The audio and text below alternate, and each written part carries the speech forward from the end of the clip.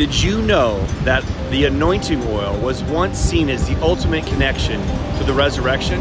The Gospel of Philip says the one anointed with the oil is no longer a Christian, but a Christ. What does that mean? Stick around to discover the ancient transformative power behind this sacred act. This radical statement from the Gospel of Philip isn't about replacing Christ, it's about union with Him. Early Christians believed anointing wasn't just a ritual, it was a sacred act that connected believers directly to the resurrection. Through anointing, they saw themselves as being transformed into something greater, not just followers of Christ, but participants in His divine nature.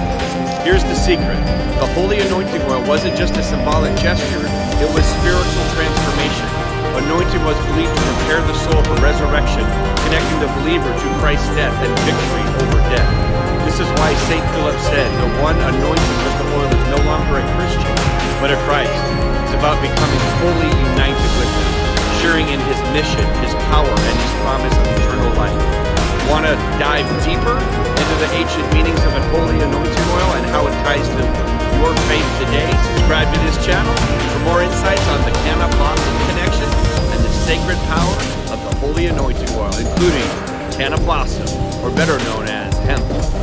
Let's discover what it means to live transformed, united with Christ. Hit subscribe, and I'll see you in the next video. All right.